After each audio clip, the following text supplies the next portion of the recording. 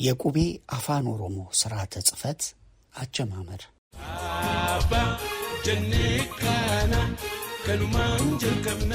ከ150 ዓመታት በፊት በጀርመንና በስዊድን ሀገሮች የነቁ ወንጌላውያን ክርስቲያኖች ለኦሮሞ ሕዝብ ወንጌልን ለማዳረስ በብርቱ ተንቀሳቀሱ። ወደ ኢትዮጵያ ከተላኩት ሚስዮናውያን መካከል አንዱ ዮሐን ሉድዊግ ክራፕፍ የተባለ የጀርመን ካህን ነበር። እንደ አውሮፓውያን አቆጣጠር በ1837 ወደ ኢትዮጵያ የተላከው ቸርች ሚሽነሪ ሶሳይቲ ከተባለ ከእንግሊዝ ቤተ ክርስቲያን ሚስዮናዊ ማህበር ነበር። የብሪታንያው የቤተ ክርስቲያን ልዑካዊ ማህበረሰብ ተቀጣሪ የነበረው ፕሮቴስታንታዊው ልዑክ ክራፕፍ ከጓደኛውና ከአጋሩ ኤ.ደብሊው ኢዚንበርግ ጋር በሜይ 31 1839 በሸዋ ድንበሮች ላይ ደረሱ። በጁን 12 የግል መዋዕለ መዝገብ ላይ እንዳሰፈረው ከኦሮሞች ጋር ለመገናኘት በኃይል ቋምጬ ነበር። የዛን ዕለት ማራጭ ከተባለ የአብቹ ኮሳ ኃይለኛ የጦር መሪ ጋር መተዋወቁን ጠቁሟል። ቀጥሎ ደግሞ የአዴቱ ጎሳ መሪ ከነበረው ቤኮ ጋር ተገናኙ። ሁለቱ ሰዎች መድኃኒት እንዲሰጣቸው ጠየቁት። በእነዚህ መሪዎቻቸው ላይ በማተኮር እምነታቸውን ለማስለወጥ አሰበ።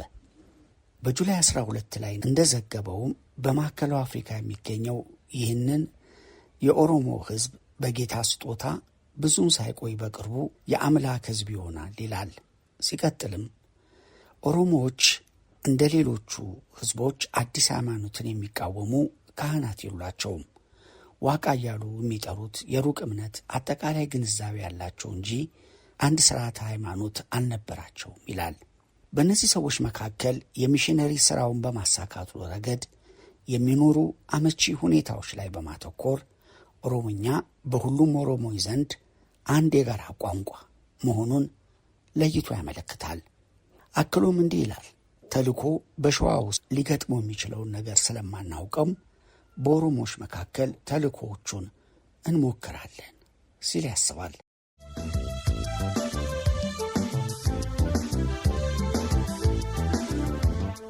ከጥቂት ቀናት በኋላ በጁላይ 16 ላይ ናስር የተባለ ከዳዌ ጎሳ የሆነ ሙስሊም ኦሮሞ ወደ እርሱ መጥቶ በሰሜን ሸዋ ስለሚገኙ ኦሮሞዎች መረጃ ሰጠው። ከሳምንታት በኋላ በኦገስት 9 የአይቶቤ ኮሌጅ ወደ ክራፕፍ መጥቶ ተገናኘው። በዚህ ዕለት የኦሮሞኛ ቃሎችን ማጠናከር ጀመርኩ ሲል ክራፕ አስፍሯል። በዚህ ወቅት በኦሮምኛ ቋንቋ ልዩ ፍላጎት ያደረበት ሰባኪው በሴፕቴምበር 25 ሳህለ ሥላሴ ንጉሥ ሸዋን ማግኘት ችሎ ሐሳቡ በኦሮሞዎች መካከል ወንጌልን መስበክ እንደሆነ ገለጸላቸው። ንጉሡም በመልካም መስተንግዶ ተቀብለው ባንኮበር ከተማ እንዲኖር ፈቀዱለት። ይህን ግቡ አድርጎ ከገላን ጎሳ ወገን የሆነችው ብርቄ ብሎ ከሚጠራት አገልጋይቱ የኢትኖግራፊ መረጃ መሰብሰብ ጀመረ። በመዋዕለ መዝገቡ ላይ በኦክቶበር 30 በኦሮሞ ሠራተኛ እርዳታ ዛሬ የኦሮሞ ቋንቋ ማጥናት ጀመረ ሲል አስፍሯል። በኖቬምበር 5 ደግሞ ከለንደኑ የቤክ ሚሽነሪ ማኅበረሰብ ለዲ ኮኤትስ ባቀረበው ሪፖርት ላይ እንዲያገለግለኝ ካደረግኩት ኦሮሞ ጋር የኦሮምኛ ቋንቋ ማጥናት ጀምሬያለሁ ሲል አስፍሯል። የክራፕ ፍላጎት እንደቀጠለም በኖቬምበር 16ና 29 ላይ በመዘገባቸው የዕለታዊ ዘገባ ማስታወሻዎች ይታወቃል። በእነዚህ ቀናት ኦሮምኛ እያጠና እንደነበር ጽፏል። የዚህ ምክንያቱ በዲሴምበር 14 በግልጽ እንደመዘገበው ኦሮሞዎች ከሌሎች ኢትዮጵያውያን ይልቅ ሃይማኖታቸውን ለመቀየር የቀለሉ ናቸው ብሎም አስቧል። ዛሬ ጠዋት በክርስቲያኖች አልቀየር ማለት አዝኜ ወደ ኦሮሞዎቹ ለመሄድ ተነሳሳው። የኦሮሞን ሕዝብ ቋንቋም ለመማር ራሴን አበረታታው ይላል።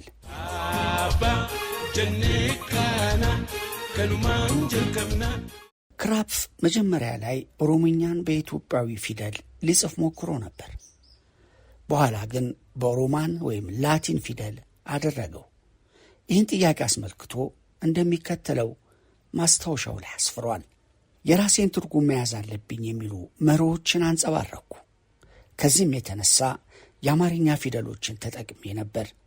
ነገር ግን የኦሮምኛ ቋንቋ ሴማዊ ያለመሆኑን በማመን በአማርኛም መጽሐፍ ብዙ የማይመቹ ነገሮች ስላሉት እናም ምናልባት የእግዚአብሔር ቃል ገፍቶ ከኦሮሞዎች ወደ መላው አቢሲኒያ ቢደርስ ብዬ የላቲን ምልክቶችን መጠቀም ጀመርኩ። ይህን የውጭ ምልክት መጠቀሜ ከኢትዮጲክ ውጪ ሌላ እንዲሰራጭ የማይፈልጉት የሀበሻ ቄሶች እንደሚቃወሙኝ ያውቃለሁ። ስለ ስሙ ክብር በማደርገው በዚህ ሥራ ጌታ ይርዳኝ ሲል አስፍሯል። ክራፕ ያን ጊዜ በኦሮሞ ጥናቱ ጠልቆ እንደገባበት በጃንዋሪ 1 1840 ለኮኤትዝ በድጋሚ በጻፈው ማስታወሻ ያስረግጣል። ትርፍ ጊዜን ሁሉ የኦሮሞችን ቋንቋ በማጥናት አሳልፋለሁ። ከአንድ ኦሮሞ ጋር በመሆን የቅዱስ ዮሐንስ ወንጌልን በኦሮምኛ እንደተረጎምኩ ልገልጽልህ እወዳለሁ። ይህንን ለኦሮሞዎች ሳነብላቸው አብዛኛውን ክፍል የተረዱት መሆኑንም ስነግርህ በደስታ ነው።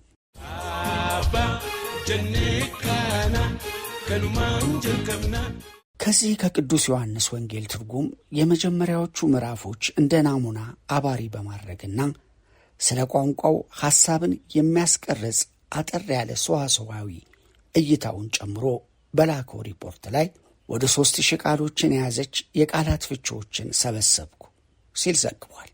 እነዚህ ሥራዎች የኔ ዋነኛ ሥራ ናቸው ብዬ ባይሆንም ለወደፊቱ ጊዜ መሰናዶ እንዲሆን ግን አስባለሁ። ዋነኛው ተልእኮ ላይ በማተኮርም ከንጉሥ ሳህለ ሥላሴ ጋር ወደ ኦሮሞዎች አብሮ ለመጓዝ እንደወሰነ አሳውቋል። በአንድ በኩል አሁን ትንሽ መነጋገር የጀመርኩትን ቋንቋውን ለማሻሻል ከተቻለም የቅዱስ ዮሐንስ ትርጉሙን ለማስተካከል እንደሆነም ይገልጻል። ክራፕ የኦሮሞውን ሕዝብ ለመድረስ ቋንቋቸውን ማወቅ እንዳለበት ተገነዘበ። ስለዚህ ለማስተማር ሊጠቀምበት ቋንቋቸውን አጠና። ከዚህ በተጨማሪ ቅዱሳት መጻሕፍትን ወደ ኦሮሞ በመተርጎም ረገድ ተሳትፎ ነበረው። በቸርች ሚሽነሪ ሶሳይቲ የቤተ ክርስቲያን ሚስዮን ማኅበር ሮማዊ ጽሕፈት የታተመውን እያንዳንዱን ቅጂ በ6 ፔንስ ወይም ሳንቲም የተሸጠው ትርጉም ቴስታሜን ኤምፒሴሊየም ትራንስሊቲዮስ ኢቫንግሊ ጆሐኒስ ኢንሊንጓጉም ጋለረም የሚል የላቲን ርዕስ ቃል ነበር የተሰጠው። ጽሑፉ የሸዋ ዋና ከተማ በሆነችው አንኮበር ይኖር በነበረ በርኪው በተባለ የኦሮሞ ተወላጅ ትብብርና በክራፕ እንደተጻፈም ይገልጻል። አንድ ላይ እንደ ኤሮፓያን አቆጣጠር በ1839 እንደወጣ ቢገለጽም በትክክል የወጣው በቀጣዩ ዘመን ይመስላል።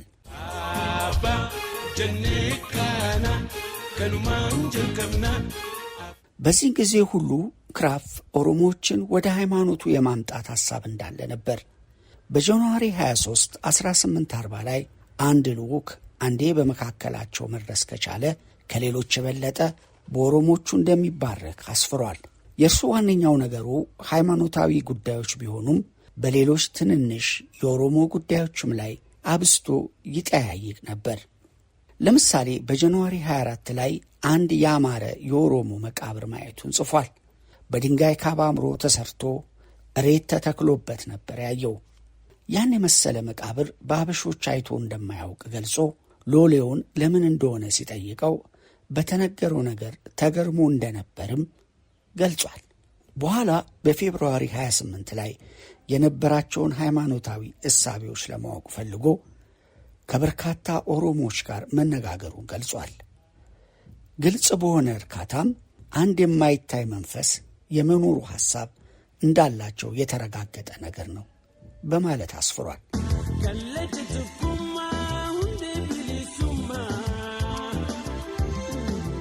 ክራፕ በአፕሪል 6ም ከንጉሥ ሳህለ ሥላሴ ጋር መገናኘቱን በዚያም ኦሮሞዎችን ማስተማር እንደሚፈልግ ገልጾ መሪውን ለማስደሰትም ሲል በኦሮሞኛ የተረጎመውን የዮሐንስ ወንጌል የመጀመሪያው ምዕራፍ ያሳያቸው መሆኑን ከትቧል። ያሳየው የትርጉም ሥራ የተጻፈው በአማርኛ ፊደላት ነበር። ኦሮሞኛን ጥርት አድርጎ የሚናገረው ንጉሡ ትርጉሙን አይቶ በጣም ተደሰተ። እናም አንተ ብርቱ ሰው ነህ አለው። በቀጣዮቹ ወራት ክራፕ ትርጉሙንና መጠይቆቹን ቢቀጥልም እንዳሰበው አልሄደለትም። በጁላይ 4 ለኮኤትስ በላከው ሪፖርት ላይ በትርጉሙ ትንሽ ጊዜ ስለማጠፋ ሥራው እየተንቀራፈፈ ነው የሚጓዘው። ገና ወደ ሮም ሰዎች በተላከው መልእክት 5ኛ ምዕራፍ ላይ ነኝ ሲል መልእክት ልኮለታል። በሚተረጉምበት ወቅት ስለ ሮሙ ባህል እያወቀ ነበር። በኦክቶበር 2 የማቴዎስ ወንጌልን ትርጉምና አጭር የኦሮሞኛ ቃላት መፍቻ የተባለ በጀርመን የተጻፈ ጽሑፍ ወደ ለንደን መላክ ችሎ ነበር። ስለ ቃላት መፍቻው ለኮኤትስ ሲጽፍ ይህን ያጠናከርኩት በቅድሚያ ለራሴ ልምምድ ለማድረግ ቀጥሎ ደግሞ ወደፊት ለሚመጡ ወንድሞች ይጠቅማል ብዬ ነው። ንጉሡ ከእርሳቸው ጋር በሌላ ጉዟቸው አብሬያቸው እንድጓዝ ስለጠየቁኝ ከሳምንት በኋላ ካንኮበር እወጣለሁ። አሁን ኦሮሜኛ ቋንቋ ስለማውቅ በገዛ ራሳቸው ቋንቋ ወንጌልን የማወጅ አጋጣሚውን አገኛለሁ በማለት ይገልጻል።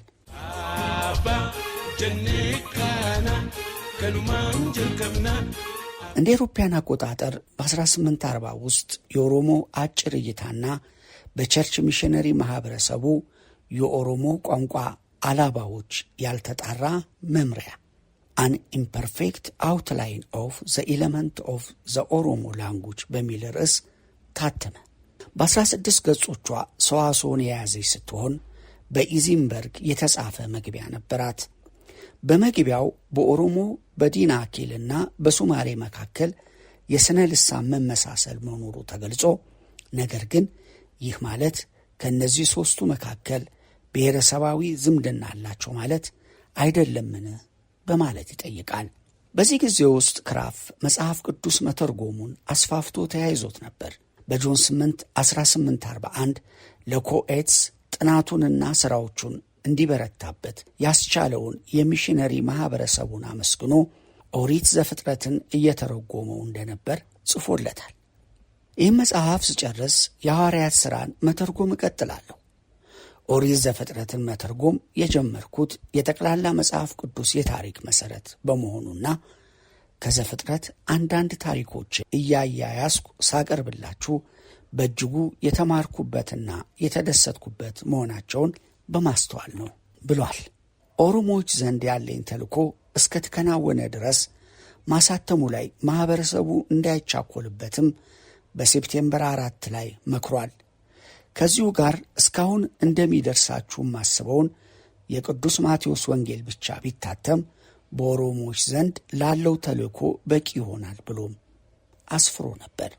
ከዚህ በኋላ 1 ወር ገደማ ቆይቶ በኦክቶበር 11 ላይ ደግሞ ወደ ሮም ሰዎች የተጻፈውን መልእክት ጳውሎስ ትርጉም ላከ።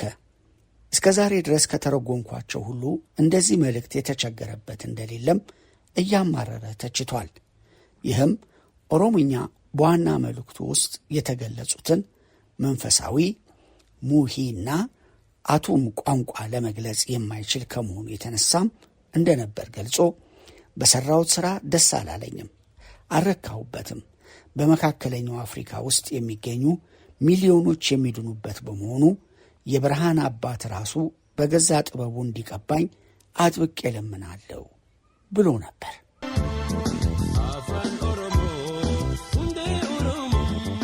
የማቴዎስ ወንጌል ከኦሮሞኛው መጽሐፍ በቸርች ሚሽነሪ ሶሳይቲ እንደ አውሮፓውያን አቆጣጠር በ1841 ታተመ።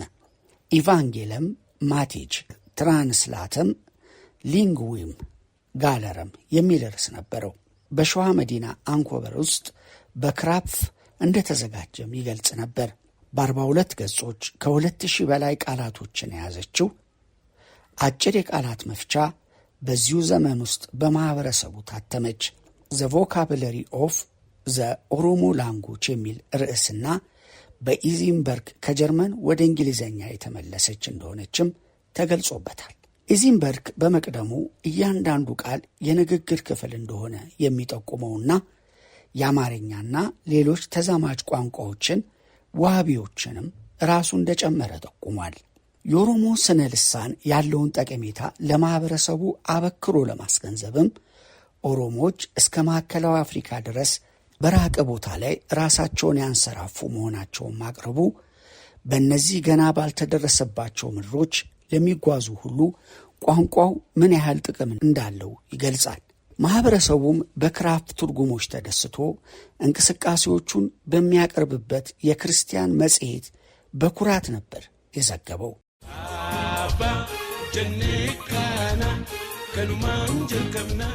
እንደ አውሮፓውያን አቆጣጠር በ1841-42 ሚሽነሪው አራቱን ወንጌሎችና ወደ ሮሜ ሰዎች የተጻፈውን የጳውሎስን መልእክት ተርጉሞ እንደነበር ገለጸ።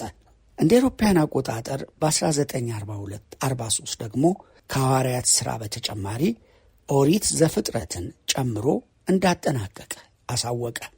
ይሁን እንጂ ልክ በዚህ ጊዜ ላይ ክራፕ ሥራውን የሚያቋርጥበት አደጋጅ ሁኔታ ተጋረጠበት።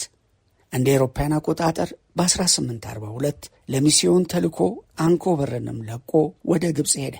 በዚሁ ዘመን መጨረሻ አካባቢ ከጓደኛው ከኢዚንበርግ ጋር ወደ ሸዋ መመለስ ፈለገ። በኖቬምበር 20 ከወደ ታጁራ በኩል እንደደረሱ የአካባቢው ሱልጣን አንድም አውሮፓዊ ወደ ሀገር ውስጥ እንዲገባ እንዳይፈቀድለት ከሸዋው ንጉሥ ሳህለ ሥላሴ ትእዛዝ እንደደረሰው ገለጸላቸው። ብዙም ሳይቆይም ንጉሥ ሳህለ ሥላሴ ፕሮቴስታንት ሚሽነሪዎችን በግዛታቸው ውስጥ እንዲደርሱ የማይፈልጉ መሆናቸውን ግልጽ ሆነ። የቀጣዩ የብሪቲሽ ሚሽነሪ መሪ የነበረው WC ሃሪስ ኢዚንበርግና ክራፕ እንዲገቡ ንጉሡን ለማስፈቀድ ሞከረ።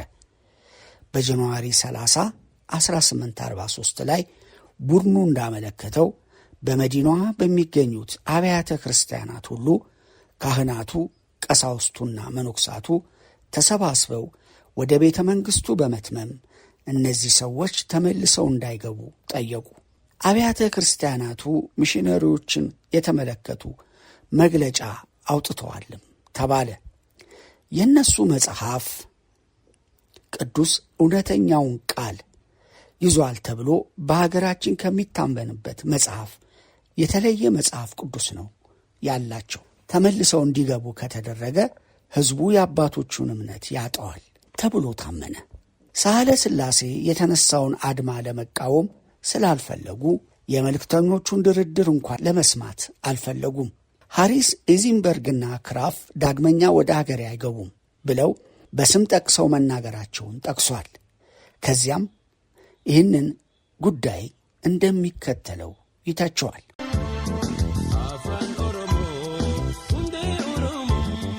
በእጅጉ አግባብነት ያልነበረው አተካራ ነበር የተፈጸመው። መስተንጉዷቸውና ቃሎቹ አንድ ነበሩ፣ ግን መልሱ ግን ያው አንድ አይነት ነበር። በሁለት ሰዓታቶች ሙሉ ከፈጀ የድንፋታ ንግግሮች በኋላ አጋጥሞኝ በማያውቅ ትዕግስቴን ጨርሼና አኩርፌ ንጉሡን ጥዬ ወጣሁኝ። በቤተ መንግሥቱ የነበረው ተወካይ ሁሉ መርማሪ ሆኖብን ነበር። በ4 ተከታታይ ቃለ መጠይቆች ዋነኛው ጉዳይ ሚሽነሪዎቹን ወደ ሀገር መልሶ ማስገባቱ ላይ ነበር። ነገር ግን በሁሉም ጊዜ ውጤቱ ያው እንደሆነ ነበር። በእንቢተኝነት ተወሰነ። ለቄሶቹ ጉቦዎችን መስጠቱም ከዚህ በኋላ ምንም ውጤት አያስገኝም። በመጨረሻም ቃለ መጠይቄ ንጉሡን ትቼ ከመውጣቴ በፊት ስለ ሚሽነሪዎቹ የትኛውንም መማጎቻ ይዤ ተሟገትኩ። ነገር ግን ግርማዊነቱ ራሱ በኃይለኛ ስሜት ውስጥ ስለገባ ፍትሕን ላጣት ራሱ ዘመኑንም እግዚአብሔር እንደማይባርክለት ብነግረውም እንዳልቀጥል እጁን አፌ ላይ አድርጎ እዚህ እስካለህ አንተ በሀገሬ መቆየት ትችላለህ፣ ካልፈለክም አሁኑኑ መመለስ ትችላለህ። ነገር ግን የወሰን ሰገድን አባታቸው አጥንት ይሁንብኝ ኢዚንበርግም ይሁን ክራፕ ወደ እኔ ግዛት ተመልሰው አይገቧትም አሉኝ ይላል።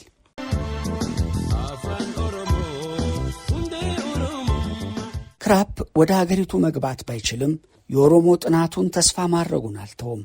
ከቡምባሳ ሆኑ በጃንዋሪ 7 1844 ከዚህ በላይ በኦሮሞዎች መካከል የሚሽነሪ ተግባሩን ለመቀጠል ለጓደኞቹ በጻፈው ላይ ስለ ኦሮሞዎች፣ ስለ ሀገራቸው ስፋት በጣም የተረጋገጠ ሐሳብ አግኝቻለሁ በማለት የመመለስ ፍላጎቱን በማበከር ጽፏል። በ1859 ሴፕቴምበር የብሪታንያን መጽሐፍ ቅዱስ ማኅበር ወኪል የነበረው ቄስ ጂፒ ዳቪስ በዚህ ወቅት ወደ ሀገሩ ተመልሶ የነበረውን ክራፕንና በስዊዘርላንድ ቅዱስ ክሪስቾን የፒሊግራም ሚስዮን መስርቶ የነበረውን ፍሬድሪክ ስቲንለርን ቅዱሳት መጻሕፍትን ወደ ኦሮሞ የመተርጎሙን ተልዕኮ እንዴት መቀጠል እንደሚቻል አነጋግሯቸዋል። ከዚህ በኋላ የመጽሐፍ ቅዱስ ማኅበረሰቡ በቀጥታ ክራፍን ጠይቆታል። ክራፍም በኦሮምኛ ቋንቋ መተርጎሙን እሱም እንደሚፈልገው በማርች 30 1860 መለሰ። ይህንንም ጎንደር በሚገኙት ጓደኞቻችን አማርኛን የሚችል ችሎታ ያለው ኦሮሞ እንዲረዳው ቢላክለት ጥሩ እንደሆነ ምክንያቱንም ጨምሮ ነበር የገለጸው። እንደ አውሮፓውያን አቆጣጠር በ1839 እስከ 1842 በሸዋ ሳለ የቻለው የማያሳማው የኦሮምኛ ቋንቋ ከዚያን ጊዜ ጀምሮ ሊነጋገርበት የሚችልበት አጋጣሚም ስላልነበረው በዚህ ሥራ የተማረ ተወላጅ ኦሮሞ ሳይኖር የመጽሐፍ ቅዱስ ትርጉምን ለመቀጠል አይሞከርም ይላል። ይህ ሥራ ለቀጣዮቹ ጥቂት ዓመታት በንጥልጥል ቆየ። ክራፕፍ በግሉ ግን የመተርጎሙን ሥራ ለመግፋት ያስብ ነበር። በኦገስት 17 1863 ለባይብል ሶሳይቲ በቤት ውስጥ ያገኘውን ጸጥታና ትርፍ ጊዜ በመጠቀም ከዛሬ 20 ዓመት በፊት ጀምሮ በልቤ ውስጥ ያለውን ሙሉ መጽሐፍ ቅዱስ በኦሮምኛ ቋንቋ የመተርጎም ሐሳብ ለመፈጸም እንደወሰነ ገልጾ ለዚህም በግብፅና በአቢሲኒያ ያሉ ሚሽነሪ ጓደኞቹ በትርጉሜ ዘርፍ እኔን የሚረዳ አንድ በደንብ የተማረ ኦሮሞ እንዲልኩለት ሊጠይቅ መሆኑን አሳወቀ። ውጥኑንም አስመልክቶ እንደሚከተለው በማስታወሻው ላይ አስፍሯል።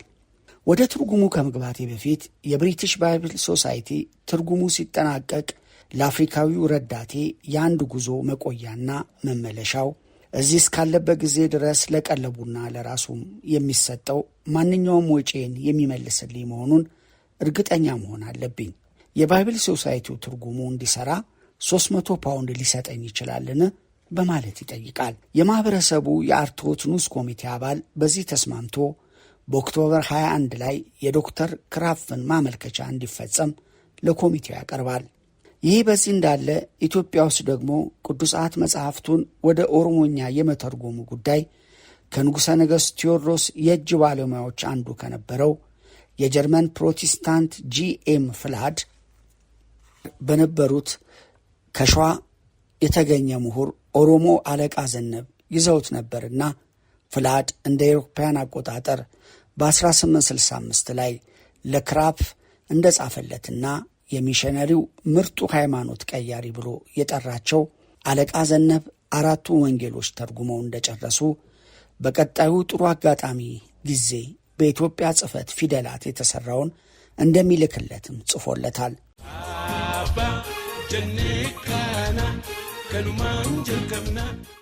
ክራፍ በበኩሉ በዚያው ተረጉመዋለሁ በሚለው ሐሳቡ እንደ ጸና ነበርና አንድ ኦሮሞ ወደሚኖርበት ሀገር ወደ ኮርዛል ለማስመጣት እየጣረ ነበር። በፌብርዋሪና ማርች 1866 ላይ መተማ ላይ ከነበሩት የፕሮቴስታንት ሚሽነሮች በሥራው ሊያግዘው የሚችለው ነው ብለው ያስቡና ስሙ ሩፎ የሚባል ወጣት እንዳገኙለት አሳወቁት። ክራፕ 90 ማርያ ቴሬዛ ብር ከፍሎ ወጣቱ በካይሮና ማርሴይ አድርጎ ወደ ኮርዛል ገባ። በኦገስት 30 ላይ በዚህ ተወላጅ ኦሮሞ እርዳታ ትርጉማቸውን እንደቀጠሉ ሚሽነሪው ሪፖርት አደረገ። በቀጣዩ ዓመት ፌብርዋሪ 21 ላይ ደግሞ 4ቱንም ወንጌላያትና የሐዋርያት ሥራ፣ የጳውሎስ መልእክት ወደ ሮማውያኑና እንደዚሁም ከኦሪት ዘፍጥረት 25 ምዕራፎችን እንደተረጎሙ አሳወቀ። ልክ የዘፍጥረትን ትርጉም እንደጨረሰ ሁሉንም እየከለሰ ገልብጦ ወደ ማኅበረሰቡ እንደሚልክም ጠቁሟል።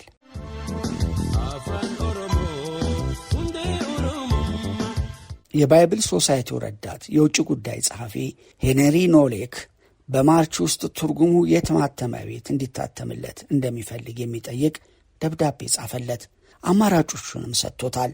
በኢትዮጵያ ፊደሎች ሰርቶት ከሆነ ስዊዘርላንድ ውስጥ ቅዱስ ክሪስቾና በሚገኘው የፔሊግሪም ሚሽን ማተሚያ ቤት፣ በሮማዊ ወይም በላቲን ጽሕፈት ደግሞ ስቱትጋርት ውስጥ በሚገኘው በቴንኮፍ ማተሚያ ቤትን ይጠቁምለትና የትኛውንም ይምረጥ። ክራፕ ግን ረቂቁን ወደ ለንደን መላክም እንደማያስፈልገው ገልጾለታል። ክራፕ ለዚህ ምላሽ የጻፈው በአፕሪል 25 ላይ ሲሆን ቅዱስ ክሪስቾና ማተሚያ ቤትን እንደመረጠ ገልጾ ለዚህም ምክንያቶቹን አቅርቧል።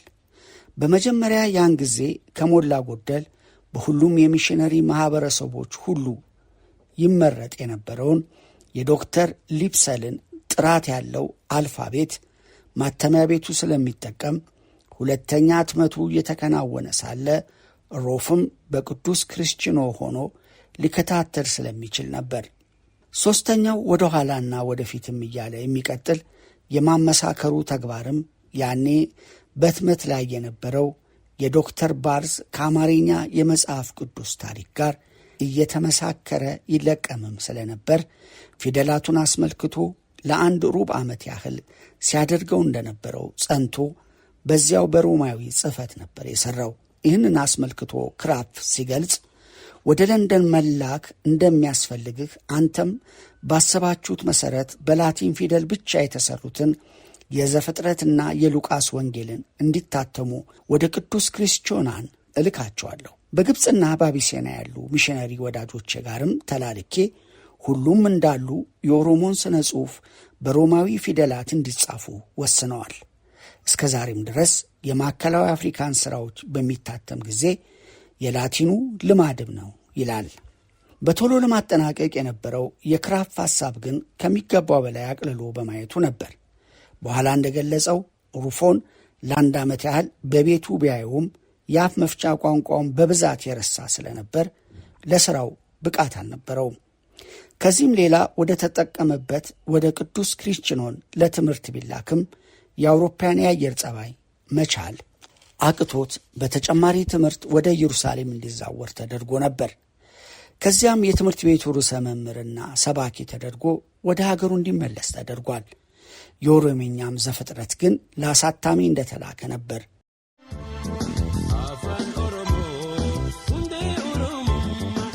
በመቅደላ ለተወሰነ ጊዜ የንጉሠ ነገሥት ቴዎድሮስ ዜና መዋዕል ጸሐፊ የነበሩት አለቃ ዘነብ የራሳቸውን የትርጉም ሥራ ቀጥለው ነበር። የእርሳቸው ትርጉም እንደ አውሮፓውያን አቆጣጠር በ1868 በ9 ወራት ላይ ፍላድ ወደ ጀርመን ይዞት ሄዶ እንዲገመግመው ለክራፕ ሰጠው። ክራፕ ትርጉሙ ቢታተም የማይቃወም ቢሆንም እንደሚገምተው በኢትዮጵያ ፊደላት መጻፉን ግን ተቃውሞታል። ነገር ግን ይሄ በተመራጩና ከእንግዲህ የኦሮሞን ሥራዎች ለማተም በሚያገለግለው የላቲን ፊደል በቀላሉ ይለወጣል ሲልም ጨምሮ ተናግሯል። አድዋ ላይ የተቀመጡት ሚሽነሪዎች በኢትዮጵያ ፊደል መጻፉን እንደ ጊዜያዊ መፍትሔ ለብልሃታቸው ወደውታል። ጄ ቤንደርና ሲ ማየር በትግራይ የመጽሐፍ ቅዱስ ማኅበር ወኪሎች የሆኑት ለክራፕ በሜ 1869 ደብዳቤ ጽፈውለት ነበር። አማርኛን ለሚያነቡ ኦሮሞችና በአቢሲኒያ ውስጥ በየቦታው ለሚኖሩት የሀገራቸው ሰዎች ወንጌል እንዲያነብላቸው 200 ወይም 300 የኦሮምኛ ወንጌል ቅጂዎች በአማርኛ ፊደላት ቢታተሙ መልካም ነው። እነሱ አሁን የአውሮፓ ፊደላትን አያነቡም። በኋላ በብዛት በላቲኑ ፊደሎች ይታተማል። ለጊዜው በኋላ የሚታተምበትን ለሙከራ እያተሙ እያስተካከሉ መቆየት ይቻላል። በመጀመሪያ ግን በአማርኛ ፊደሎች ማተሙ ይበጃል ብለን እናስባለን ሲሉ ጽፈዋል።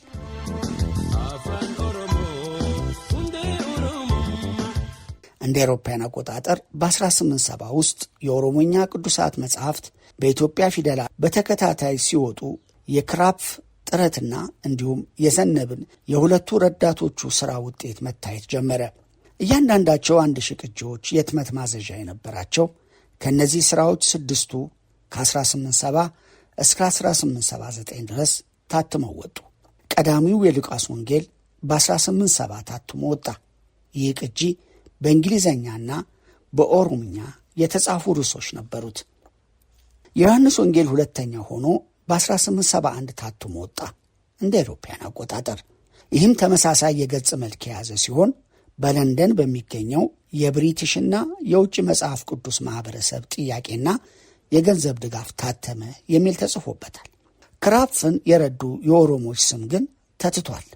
ሦስተኛው በ1872 የታተመው ዘፍጥረት የተባለው የሙሴ የመጀመሪያው መጽሐፍ ተብሎ የወጣው ነበር። ከዚህ በኋላ እንደታተመው በዚህ መጽሐፍ ላይ የተርጓሚው ስም የለም። ከነዚህ ሦስቱ ቀጥሎ በ1872 መዝሙረ ዳዊት ወጣ። ከዚያ እንደ አውሮፓውያን አቆጣጠር በ1874 3 የተለያዩ መጽሐፍቶችን እንደያዘ በርዕሰ ገጹ ላይ ያስነበበው የሐዋርያት ሥራ፣ የሐዋርያው ጳውሎስ መልእክት ወደ ሮሜ ሰዎች፣ የሐዋርያው ጳውሎስ አንደኛውና ሁለተኛው መልእክት ወደ ቆሮንቶስ ሰዎች፣ ነገር ግን ገላትያና የዮሐንስ ራእይን ያስተባበረው መጽሐፍ ታትሞ ወጣ።